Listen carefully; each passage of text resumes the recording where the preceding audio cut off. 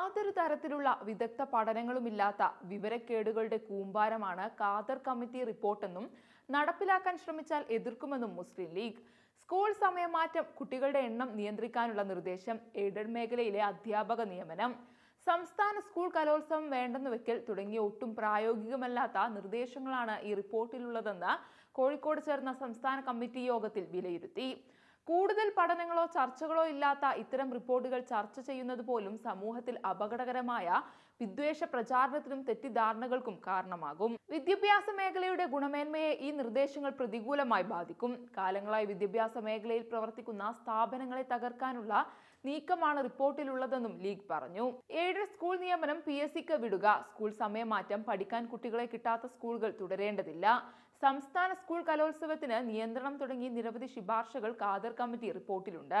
കേരളത്തിലെ 12ാം ക്ലാസ് വരെയുള്ള സ്കൂൾ വിദ്യാഭ്യാസം മെച്ചപ്പെടുത്തുന്നതിനെ കുറിച്ച് പഠിക്കാൻ നിയോഗിക്കപ്പെട്ട വിദഗ്ധ സമിതിയാണ് Khader committee. Doctor MA Khader ചെയർമാനും G ജ്യോതിചൂഡൻ, ഡോക്ടർ C രാമകൃഷ്ണൻ എന്നിവർ അംഗങ്ങളായി സമിതി രൂപീകരിക്കപ്പെട്ടത് 2017 സെപ്റ്റംബറിലാണ്. 3 മാസമായിരുന്നു ആദ്യം നിശ്ചയിച്ച കാലാവധി. എന്നാൽ കാലാവധി നീട്ടിക്കൊണ്ടേയിരുന്നു. സർവശിക്ഷാ അഭിയാൻ, രാഷ്ട്രീയ മാധ്യമിക് ശിക്ഷാ അഭിയാൻ എന്നിവ ലയിപ്പിക്കുന്നതിന് കേന്ദ്ര സർക്കാർ തീരുമാനിച്ച സാഹചര്യത്തിലാണ് ഈ കമ്മിറ്റിയുടെ നിയമനം. പൊതുവിദ്യാഭ്യാസ directorate, higher secondary directorate, vocational higher secondary directorate എന്നിവ സംയോജിപ്പിച്ചുകൊണ്ട് നടപ്പിലാക്കുന്നതിനുള്ള മാർഗനിർദ്ദേശങ്ങൾ നൽകുകയാണ് സമിതിയുടെ പ്രധാന ചുമതല.